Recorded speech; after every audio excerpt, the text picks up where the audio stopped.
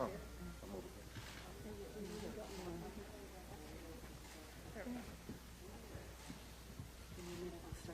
right.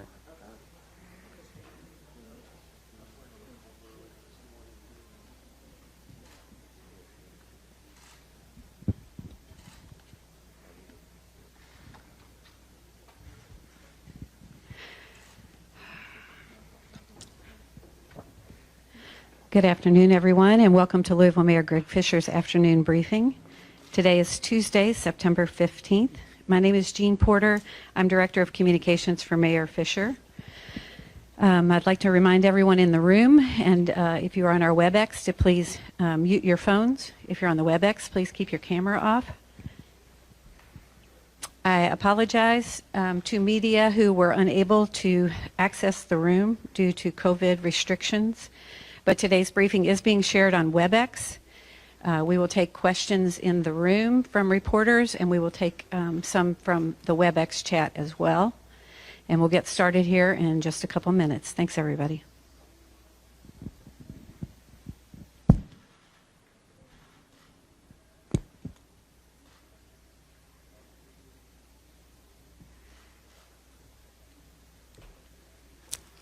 Good afternoon, everybody. I'm Greg Fisher, the mayor of Louisville, Kentucky. Thank you for joining us here today. On March 13th, 186 days ago, a tragedy beset our community with the death of 26-year-old Breonna Taylor. Her death has ignited a movement in Louisville and the nation for racial justice, sending thousands into our streets and cities all across the country and the world, all crying out for justice for Breonna. And while her death was a tragedy for so many, let's remember that Breonna was first a daughter, a sister, a granddaughter, a niece, a girlfriend, a friend, and a co-worker.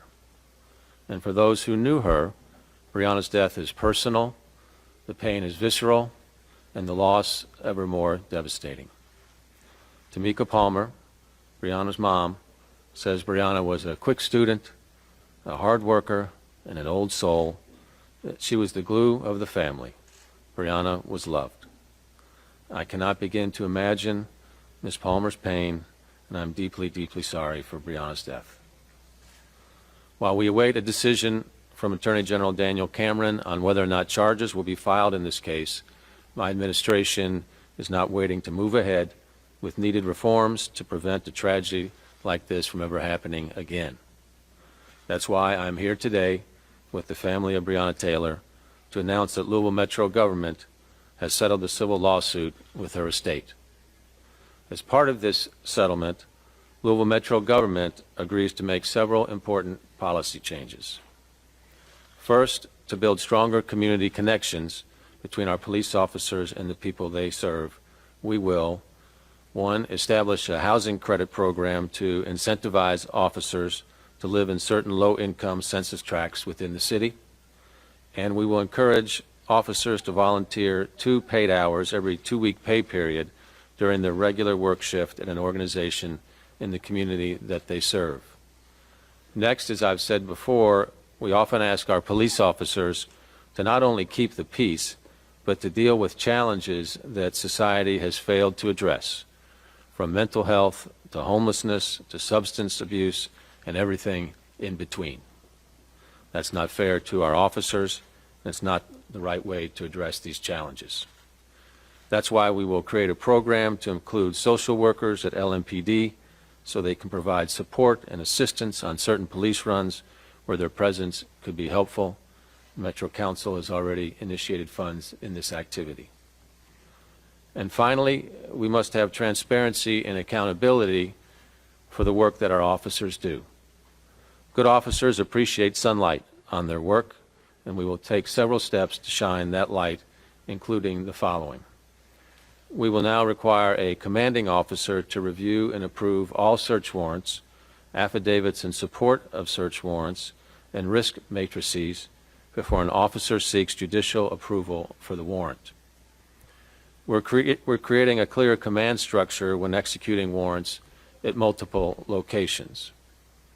We're adding additional protocols for money seized as evidence, expanding the random drug testing of officers, and we will negotiate with the FOP in 2021 to expand on the records that can be maintained in an officer's personnel files. We have updated the process when a police officer is being investigated by our professional standards unit and leaves LMPD before the completion of that investigation.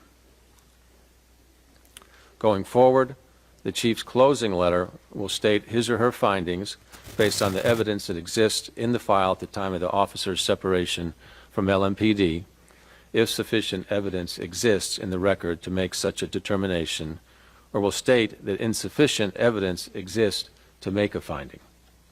If the nature of the complaint is significant enough to have reasonably resulted in the suspension of the officer, the investigation will continue gathering evidence to evaluate if additional officers were involved or other problems exist.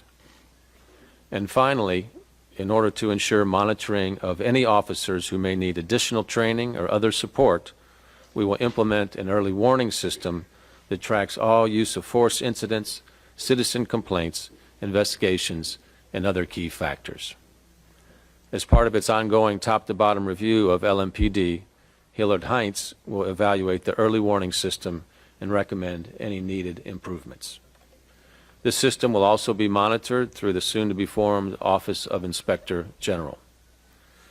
These are significant policy changes on top of many others that we've already made, including those that are part of Breonna's law, as well as changes to policies on use of force and if tear gas would ever need to be used. In addition to these policy changes, this settlement includes a payment to Breonna's estate of $12 million. I'm grateful for the hard work of my team and that of County Attorney Mike O'Connell and his team, and the cooperation and thoughtfulness with which the Taylor family and her attorneys work with us to get to this point. We're now going to hear from Lonita Baker, an attorney for Breonna's estate. Ms. Baker.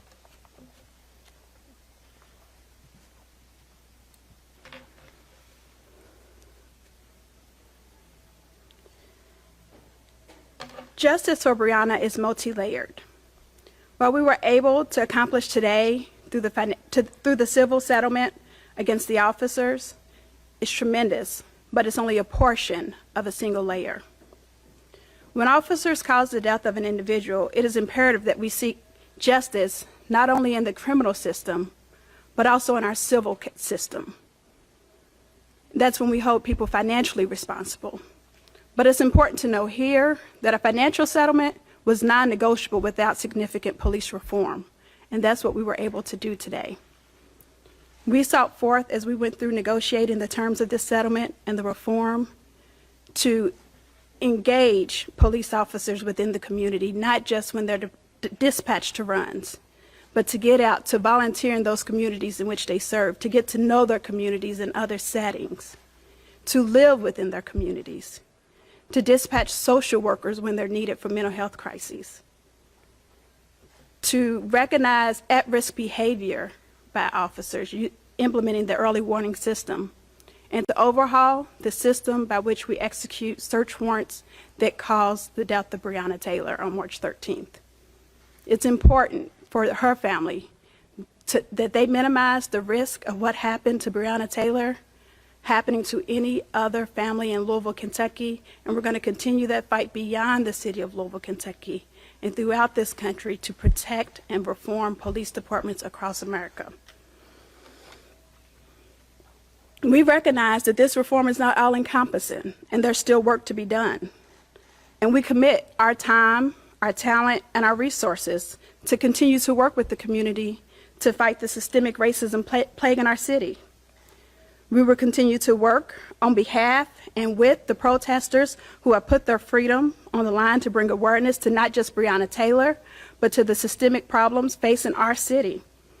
For we know that without their voice, we would not be here today.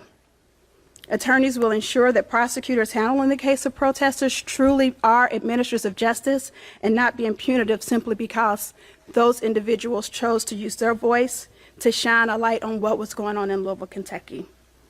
We look forward to being a bridge from this community to our elected leaders, to continue to push for change.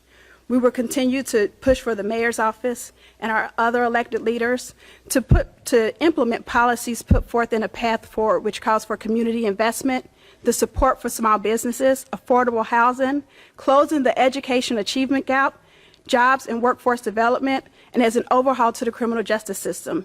That document was produced and signed by over 50 organizations in this city, and it needs to be taken seriously. We look forward to working with other grassroots organizations to ensure that we continue to hold our elected leaders accountable, but also to ensure that we continue to work with our elected leaders, because we would not get the policy changes that we need, we would not get the legal changes that we need if we don't hold our elected leaders accountable. But in that same vein, we have to be willing to work with our elected leaders. The beauty of what happened here today, the reform and the settlement, and again, it's just a civil suit, happens when we work together. So we do thank Mayor Fisher and his team for committing to the reform. This is unheard of in one of these cases where you get a financial settlement and police reform. But again, it was important to us, to Breonna's family, to the lawyers involved, and it was important for us to give that back to the community, which has been fighting so hard to say Breonna Taylor's name. Lastly, as I stated when I started, justice for Breonna Taylor is multi-layered. We are not going to stop our calls to hold the officers responsible for Breonna's death accountable. We're going to continue to put pressure on the Attorney General's office to present a fair case to the grand jury, and we're going to wait. We know that indictment is coming from the grand jury. We have faith that indictment is coming from the grand jury. In addition to the Attorney General's office, we must remember that the FBI is also doing an investigation into whether there were criminal civil rights violations leading to and after Breonna Taylor's death. So we're going to be looking for the federal indictment to come from the Department of Justice as well. But it's important that people know that the city of Louisville, they're not the ones that can bring the charges. So today, what we did here was to do what we could do to bring a little bit of police reform, and it's just a start. But we finished the first mile in a marathon, and we got a lot more miles to go till we achieve and cross that finish line.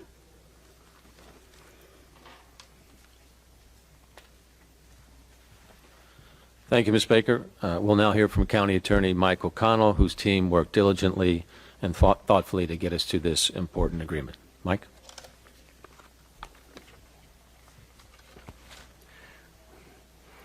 Thank you, Mayor.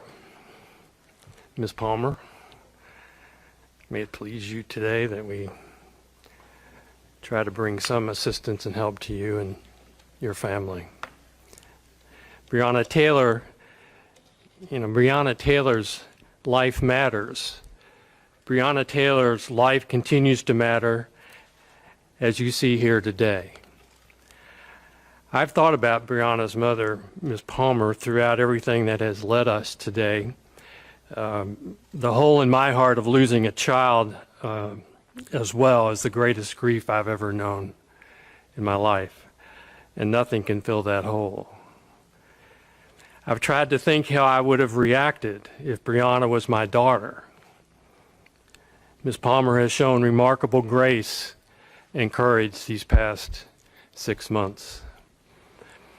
We did not wait to engage Ms. Palmer's counsel to discuss this case. The independent investigations by the Attorney General's office and the FBI are welcomed, but that was not going to delay the work toward meaningful changes in our city. This is not simply a significant monetary figure, but as Ms. Baker just mentioned, it is a path of agreed action. The reforms were discussed and moved ahead by representatives from both parties. This work happened over many weeks with good faith and dedication by everybody that was involved. Everyone around the table was dedicated to advancing those reforms for the whole community. Ms. Palmer, we tried our best to get a start. Much time and effort went into this, and I offer my appreciation to all involved. Let me just finish by saying today alone is not enough. My hope is this agreement is the next step in building a more just Louisville. A more just Louisville is the medicine we need to heal. Thank you very much.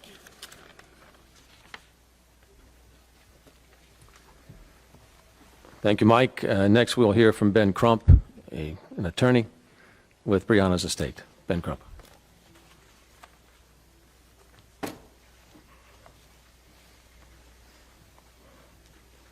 Thank you, Mayor Fisher, Attorney Mike O'Connor, to the Louisville Metro Council,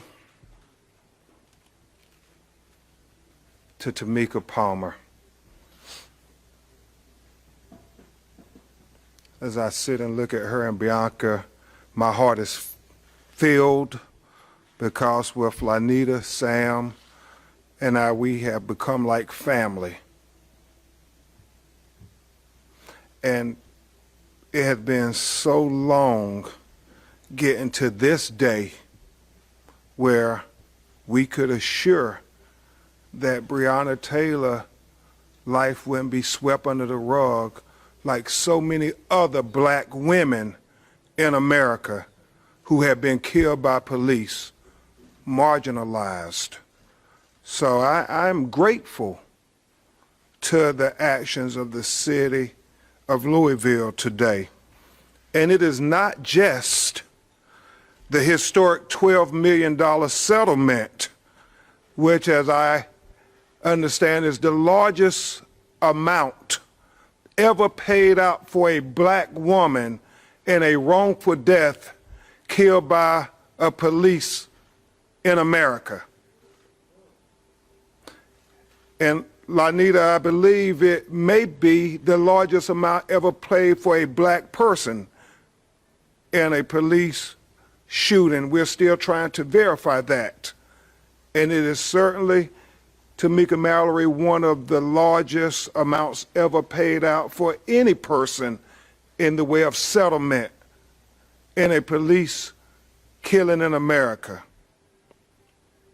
But the comprehensive reform that the Louisville Metro Council and Mayor Fisher put forth is equally important, because this is about setting a precedence. When my great co-counsels from Kentucky, Lonita Baker and Sam Aguiar, first talked to me about this black woman who had been killed in her own apartment by this no-knock warrant, they were very concerned that nobody cared. Nobody cared about this black woman. Nobody cared about Tamika's baby. And that's when I started calling everybody I know to say that black women's lives matter too. I remember calling Reverend Al Sharpton saying, can I come on your show? I remember calling Ricky Smiley saying, can I get on your radio show, your national radio show? I called Tamika Mallory and my son and her team at Until Freedom. I called Senator Kamala Harris. I mean, I was saying to anybody who would listen, Breonna Taylor life matters. And Senator Kamala Harris was the first national elected official to go on national television and to say her name, Breonna Taylor. I called Teslin Figaro and Charlemagne and everybody to say, we cannot let her life be swept under the rug. And from all of these individuals and so many others, especially the activists who came and was on the ground here in Louisville saying that we won't let Breonna Taylor life be swept under the rug. And thank God, with what has happened today, Mayor Fisher, not just with the historic amount, but equally important with the reform that Attorney Bacon, Attorney O'Connor spoke of, it sets a precedence for other black women, that their lives won't be marginalized, that they will be valued. lives like Sandra Bland, lives like Pamela Turner in Baytown, Texas, lives like 7-year-old Ayanna Stanley in Detroit, who also was killed as a result of a dangerous no-knock warrant. Because we have to speak truth to power when we get an opportunity. And these dangerous no-knock warrants are disproportionately executed against black people in America.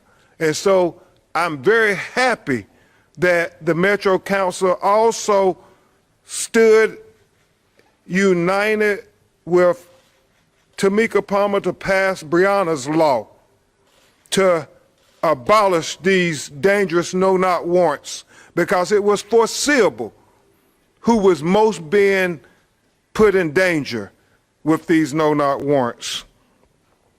And so I want to point out very significant what happened in Louisville here today in representing George Floyd in Minneapolis, Minnesota, Jacob Blake in Kenosha, Wisconsin, Pamela Turner in Baytown, Texas, right outside of Houston, Terrence Crutcher in Tulsa, Oklahoma, Botham Jones in Dallas, Texas, Joseph Richardson in Baton Rouge, Louisiana, and so many other names of black people who have been killed by police in America, while most of America is dealing with the COVID-19 pandemic. We in Black America are not only dealing with that pandemic, but we're also dealing with the 1619 pandemic.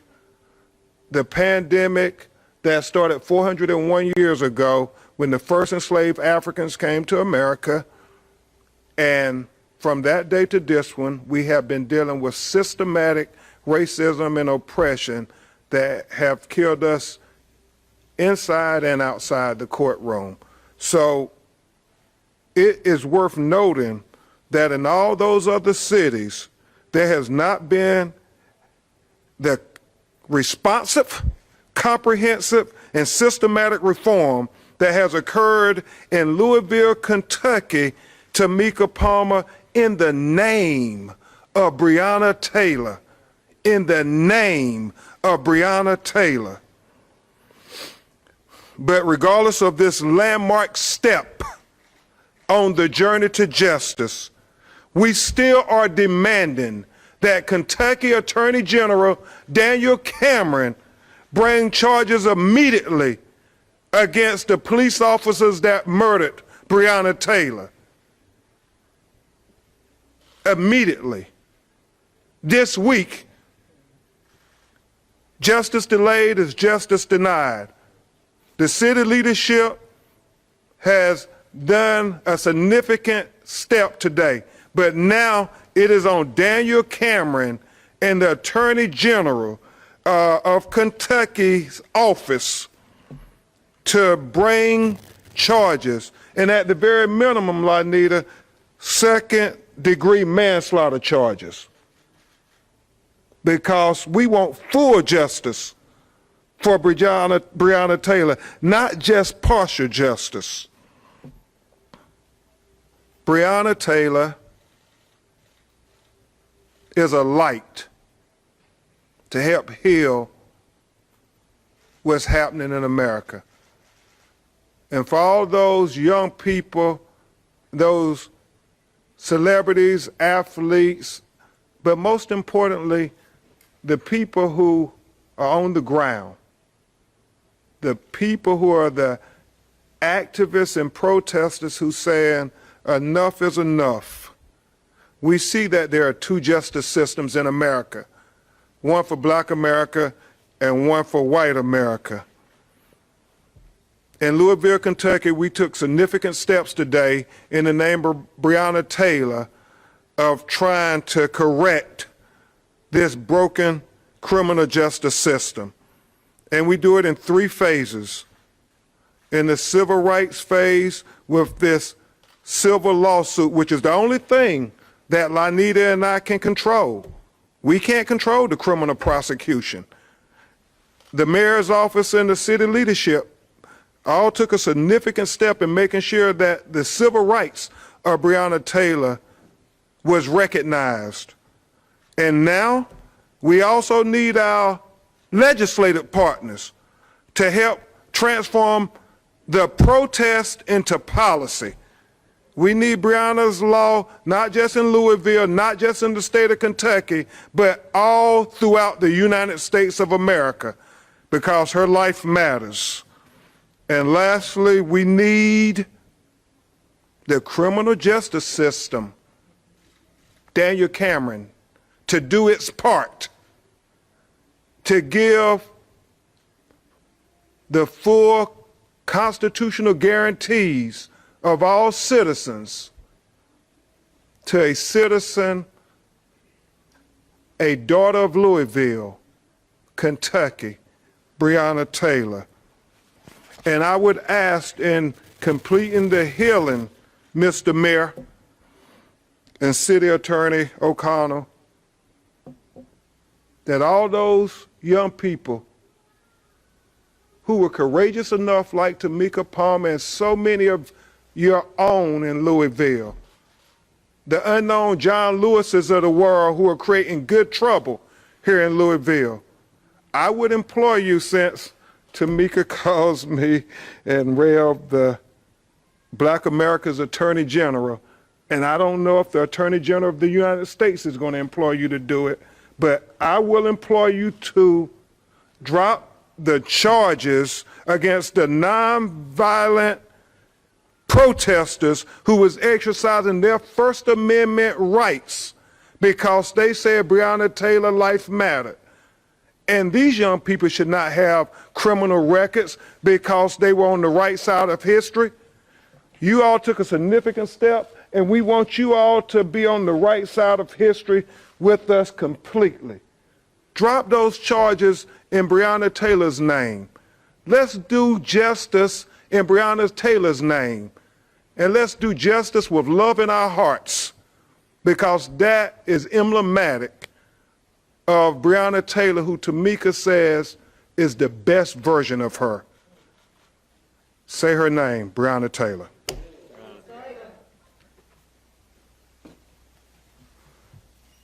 Thank you, Mr. Crump. Next, Tamika Palmer, Breonna's mom, would like to share a few words with us.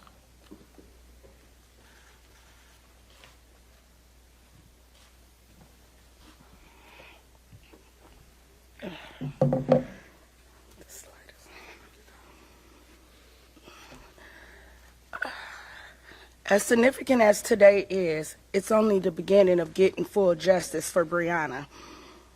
We must not lose focus on what the real job is.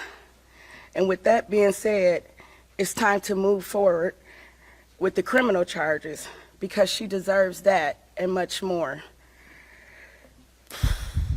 Her beautiful spirit and personality is working through all of us on the ground. So please continue to say her name, Breonna Taylor.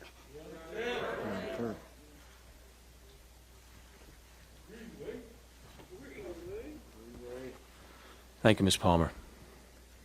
Thank you for your grace and for your strength and for your love for Breonna and for our city as well, and your determination to make this city a more just city and help to get us to this agreement. So I'm grateful for that. Thank you. Next, we will hear from Tamika Mowry of Until Freedom. Tamika. Thank you, Mayor Fisher. Justice for Breonna Taylor. And if there ain't gonna be no justice, there ain't gonna be no peace. A settlement is restitution, but it's not arresting the cops.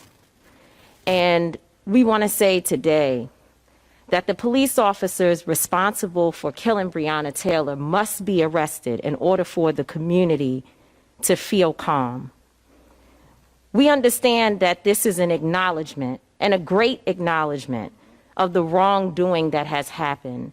And it is important that our community understands what happened here today is very significant. It is significant because, again, there is an acknowledgement of Breonna Taylor's life and the fact that those officers in this city murdered her. Breonna Taylor has shifted the atmosphere. She shifted it not just here in Kentucky, but across the country. The ban on no-knock warrants was where we began in terms of great reform. And to know that Attorney Lonita Baker and Attorney Sam Aguiar continue to push for reform in this particular settlement is extremely important, and it cannot be denied. We must acknowledge it. The reforms are evidence that the city, unfortunately, its police department, has been exposed for some corruption that exists within the department. The significance of this settlement is a small price to pay for our sister's life, a very small price to pay. They deserve all the money that we can muster up in the world just to help a little bit with the feeling of pain and turmoil that I know exists within this beautiful family. But let us not lose sight on the main focus, as Tamika Palmer has said.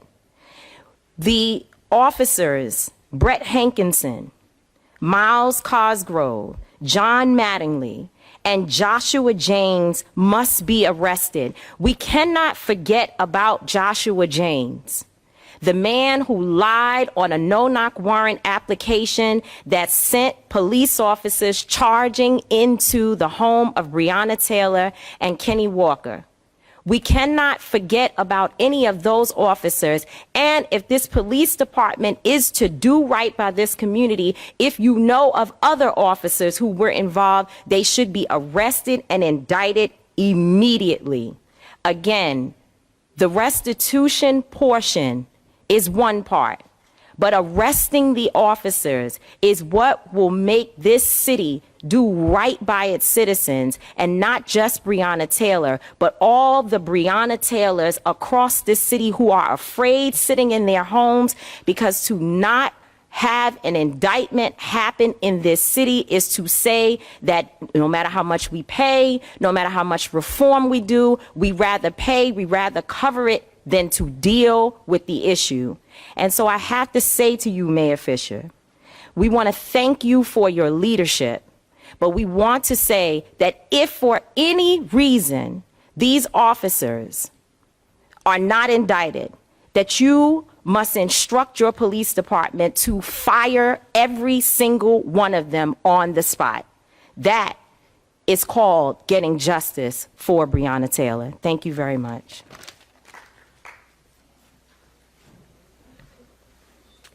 Thank you, Ms. Mallory. And finally, we will hear from Keturah Herron, who's with the ACLU of Kentucky.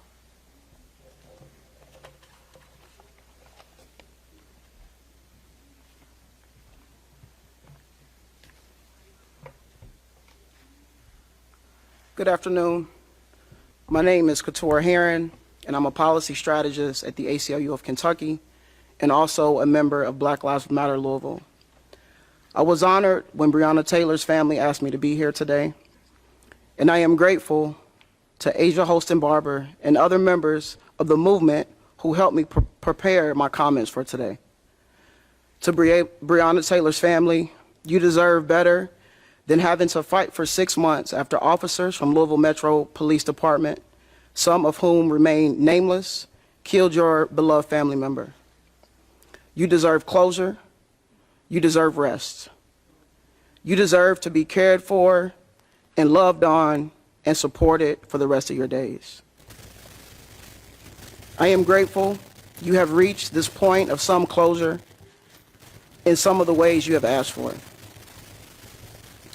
To Breonna, to her family, to the families of other persons who have been violated, abused, and killed by Louisville Metro Police Department, I hope enough of us are joining this movement for Black lives to support you and give you a moment of rest, grief, and find routines that fortify you. We promise you that we will keep this fight going and we will win. We know we are not only fighting against the deadly violence that is integral to policing, We are fighting for a completely different vision of being in community together. We are creating something different. We are creating a community that no longer invests our tax dollars in people who kill our neighbors.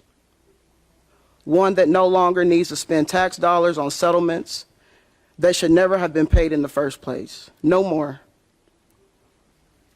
Instead, we are creating a community that invests our tax dollars in our basic needs as human beings, in our joy, in our wellness, in protecting each other.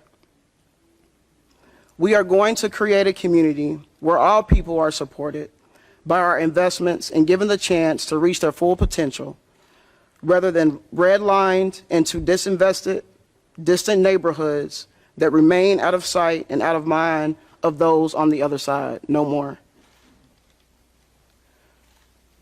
We want to end the so-called compassionate community that was never actually compassionate, where people were forced to compete against each other for scarce essential resources, policed for the consequences of what it means to live in scarcity, and then killed for our connections to each other. No more. We are creating a community that finally sees the fruits of our collective labor and invests our tax dollars in ways that nourish us, nurture us, heal us, challenge us, and love us. In ways that house us, feed us, and make us laugh. This is the community investment that values Black life, and we will heal in Louisville. To Louisville Metro government and all the complicit decision makers throughout this horrifying experience, understand that this is not over. We are demanding full individual accountability and institutional accountability. While the culture of white supremacy has lied to you about what accountability means, let me tell you, accountability includes self-reflection, repair, apology, and changed behavior. Changed behavior means no longer incentivized violence to abuse and kill our people. Accountability means an end to transactions that tinker around the edges. For years, we have watched as you tinker around the edges with our freedom while you go all in with dangerous and wasteful programs that you call investments. From the police budget to the gentrification of our neighborhoods. You have used our own tax dollars to harm us. Our people demand transformation. Our people demand rest, joy, solidarity, interdependence, and freedom. Change is here, and it is the people's to change. And it is the people's to change. And to my people who are giving so much of themselves to this moment, striving for a better today and a better tomorrow, I would like to offer you these words of Harriet Tubman. If you hear the dogs, keep going. If you see the torches in the woods, keep going. If they're shouting after you, keep going. If you want a taste of freedom, keep going. Thank you.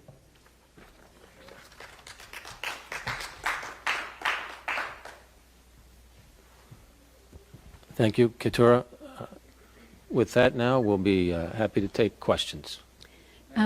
If we could, we have a microphone here for reporters, and we'd like for you to raise your hand when you're ready to ask a question. We're trying to be sure that people on the WebEx can hear your questions. We'll take a couple in the room. Then if there are any questions on the WebEx, I'll give those questions, and we'll move around as many as we can.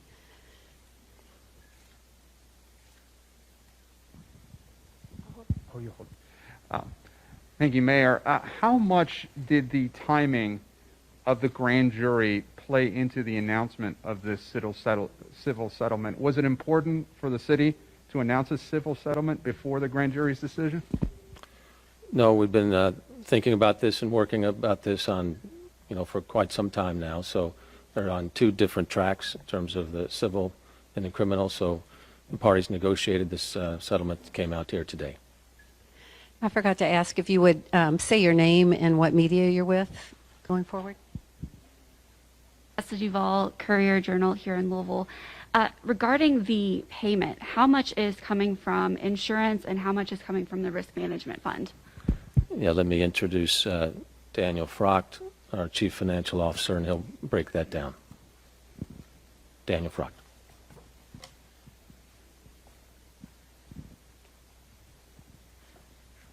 Good afternoon, Daniel Frocht, Office of Management and Budget for the city. The $12 million payment will be broken down into three fund sources. $5 million will come from Louisville Metro, $5 million will come from our self-insurance trust fund, excess insurance carrier, and $2 million will come from our self-insurance trust fund that we participate in. Tonight with WHES 11 News. Question for Attorney Ben Crump and Lonita Baker. Does the settlement handle this legal action that you guys brought forth? The civil lawsuit named multiple officers who were involved in executing the warrant. So will you still try to sue those officers, especially if Daniel Cameron does not criminally charge the officers involved? This settlement today it wraps up the civil litigation, so there will be no additional civil litigation. As we've stated, our focus now is on the Attorney General's office doing the right thing and bringing forth indictments against those officers. Yes, and we think it sets a precedence for other cases involving people of color around America. Dalton Godby with WDRB. Mr. Mayor, can you commit right now to what Ms. Mallory just said about firing the officers if there is no indictment brought? You know, when I say justice for Breonna, I mean, what that means is the truth needs to come out in the case, and that's what the whole process is about with the Attorney General. I don't know what he's going to do and what he's going to come out with. Obviously, the one officer that we were able to take action against, we did, and so now we're going to wait for the rest of the process to continue. Mayor Fisher, Amber Smith with Spectrum News here. If you could put into words what all of these different reforms, both with Louisville Metro government and with LMPD, will mean for the community. Well, in order for the community to heal and move forward, there needs to be legitimacy and trust between the community and the police force, both here in Louisville and all over the country. This is a conversation that's taking place, so we hope that these are steps that are going to begin that process so that we can work forward together. This isn't going to be an overnight activity, but it's a step. Mayor, this is a question from the WebEx. Steve Bittenbender from the Center Square asked, will any of the reforms require Metro Council approval or the sign-off from FOP? What happens to this agreement if those reforms aren't implemented? Well, we need to work with both parties to make sure that it is implemented. Some of them can be done within the police department themselves. Mayor, Denny Camper with WLKY News. Who was at the negotiating table from the FOP or from LMPD when it came to discussing these reforms? Talk about that. I'll bring up Mike O'Connell. The reforms that became part of the settlement agreement were done primarily by counsel for the respective parties and consultation with those police officials that could lend information and procedural protocol and that type of thing. But this was a decision made by the administration and just sitting down and doing a lot of negotiation over it. And but we always knew from the beginning, it was made very clear, as Lonita said, we always knew from the beginning that some aspect of any settlement in this case was going to have to contain reforms. And Ms. Palmer and Lonita and they were very involved in the conversations about, at least at this point and going forward, what can we do now that we can move the rock in that regard. And while I'm up here, I'd like to, Daniel, I want to correct you on one thing. You asked about the source of the funds and how it worked. Somebody over here did. But part of the funds were Louisville Metro, or the Louisville Area Government Insurance Trust, I should say, purchases excess coverage from an insurance carrier in certain cases, and $5 million of this came from the excess carrier that is the insurance carrier for the Government Insurance Trust. So the breakdown, though, is Louisville is responsible for the first $500,000.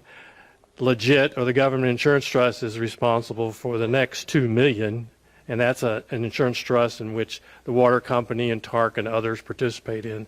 And then there was the $5 million from the carrier, and then the additional sums were from Louisville Metro. Did I say that right, Daniel? Okay. Thank you. The next question is from Sal Bono of Inside Edition Digital. He asked, if you're waiting for everything to come out on police in order to fire them, why did the city choose to settle? Well, the timing of this was such that both parties felt it was best to do it now, so we could talk about both the reform aspects of this and, of course, the financial settlement. Mayor Fisher, this is Natalia Martinez with Wave 3 News. What would you say to any possible criticisms that this was settled only as a way for you to not have to testify and answer questions in relation to the case, for the chief and subsequent chief, the interim chief that came after Conrad, to not have to answer questions about this case, and also members of the police department?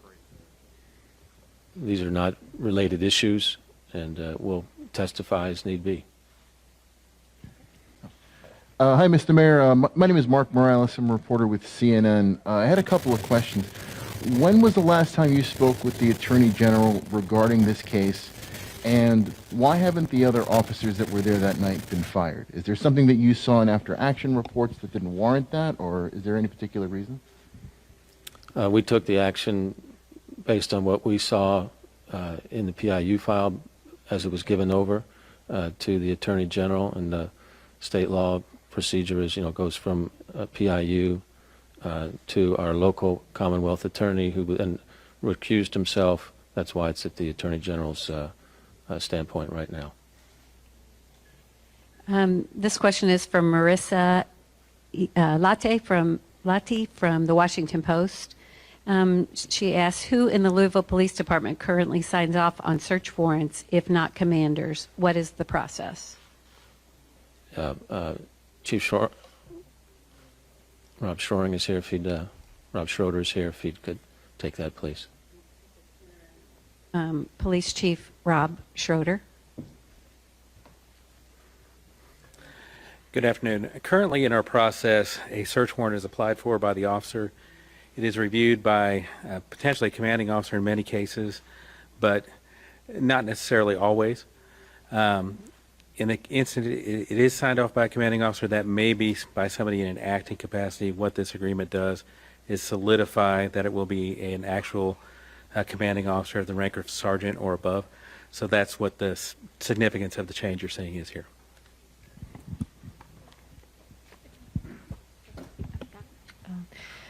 Mayor Fisher, my name is Rukmini Kalimaki. I'm a journalist with the New York Times. I wanted to ask you, number one, if the city has admitted any fault as a result of the settlement. And secondly, my second question is for Ms. Tamika Mallory. If the law does not allow the Attorney General to charge the officers that returned fire in self-defense, what will be the answer of protesters and demonstrators seeking justice for Breonna Taylor? Yeah, no, this agreement or settlement agreement does not say that there was any wrongdoing done. In this case, it's just an acknowledgement of the need for reform and the need for a settlement to take place. Next question is from Jonathan Allen from Reuters. Oh, I'm sorry. I wouldn't in any way, as the leader of Until Freedom, one of the 4 leaders of Until Freedom, speak for all of the protesters who are here locally in Louisville. We will be led by the actions of the family, the actions of the local organizers. But I will say that we will make sure that our voices continue to be heard. And if it is a legal situation that they come out with as a reason for non-indictment, then we need to work with Katora and the ACLU and others to fight on that end as well. Thank you. Jonathan Allen from Reuters asks, how will you monitor and measure progress on the reforms announced today? Will there be regular public reporting of how many officers use housing credits? How many warrants are issued, and if so, how frequently? Yeah, all that, obviously, we're in the process of getting started to make sure that people know that we're accountable for the promises that we've made, and we can issue a report on that in terms of what that looks like from an accountability standpoint. Mr. Mayor, this is Graham Ambrose with WFPL. The city is anxiously awaiting the decision from Attorney General Cameron. In other cities across the country, we've seen federal forces get called in to quell unrest or just whenever there are protests in some cases. Do you know of any plans for federal forces to come in when the decision's released or otherwise?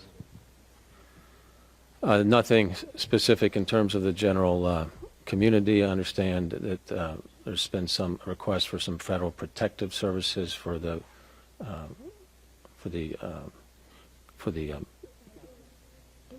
no, not for the grand jury, but for the business, or for the federal courthouse, excuse me. Tessa from the Courier-Journal again. This is for Lonita Baker and Ben Crump. We've heard about a lot of the reforms that you are getting, but is there anything that you pushed for that you did not get or that you wish you had gotten?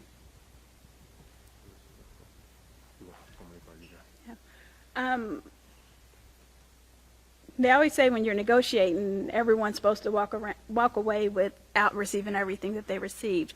I will say, however, in this case, the most important areas of reform were provided. Metro was very willing to work with us on that, the things that we felt important. And as I also stated, that we recognize that this is not the end of reform. So we look forward to continuing to work with the city, our leaders, our legislative leaders in Frankfurt, to continue to push for additional reform. So we're not done yet. What was important to me and Lonita and Sam was what was most important to Tamika Palmer and Bianca, who really was studying what reform would look like to try to prevent the next Breonna Taylor from happening. And I think to that end, the city was very responsive in trying to make sure there was measurable, systematic reform that could be a model for other citizens and other cities to protect their citizens. And so I think in the name of Breonna Taylor, this is landmark in its scope. And I believe just like Trayvon Martin and Michael Brown helped bring greater attention in America to Black Lives Matter, I believe Breonna Taylor's name is going to bring greater attention in America to Black women lives matter too. Okay, we're going to have time for just a couple more questions. One more from here. One more from here. Dalton Godby, WDRB. Mr. Mayor, why does the settlement not address the body cam failure in the Breonna Taylor case? And then also a question for Mr. O'Connell. Do you have any plans to drop all charges against nonviolent protesters? Right, so Breonna's law has passed already here locally. I suspended the use of no-knock, and then the council took it up and eliminated them. And so that eliminates no-knock warrants and requires the use of body cameras on anyone that is executing a search warrant. So that's already in place. I can tell you we've taken steps in my office to already look at every case and place them in what I would call a file of the least offensive sort of charges to the middle, and then obviously the most serious. There are a lot of serious offenses that were committed that we have to address, not the same way we would on this end. So to answer your question, I'm going to look at them very carefully. We're going to make a decision, but I think we're going to see some movement in the right direction. Tonight with WHS 11, Mayor Greg Fisher, is this settlement a reflection that the officers acted wrong? And another question, is there a reason why you added increased drug and alcohol testing of officers involved in shootings? Why was that added specifically? On the second question, that's just a good practice for any organization to make sure that everyone is operating their responsibilities in a straight manner. On the first note, this is just an agreement that between the parties without saying anybody did anything wrong. It's just coming together with these reforms and then a financial settlement. Okay, our last question comes from Kate Howard from the Kentucky Center for Investigative Journalism. You mentioned reform as it related to seizing money. Was there a seizure in the Taylor case? And if not, can you address why it's part of this settlement? I think, Mike, I'll give that to you. Well, Lonita, I'll let go first. And then, It's not an issue. It's not an issue specifically within this case, but you know, there's allegations out there, and this piece of reform is to protect the community as well as officers with any allegations as it relates to currency seizure. So now it's as they come into contact with money, they must always have a second officer with them, and they must also, both officers must have their body cameras on until they turn to the property room. So it's not that it was an issue in this case, it's just with some of the things that were coming up.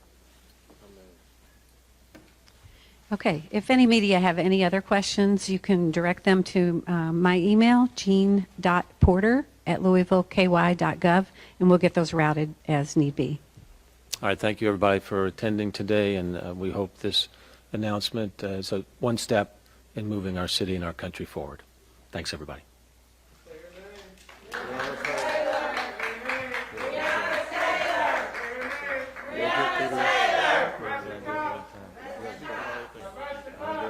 We'll need everybody's help.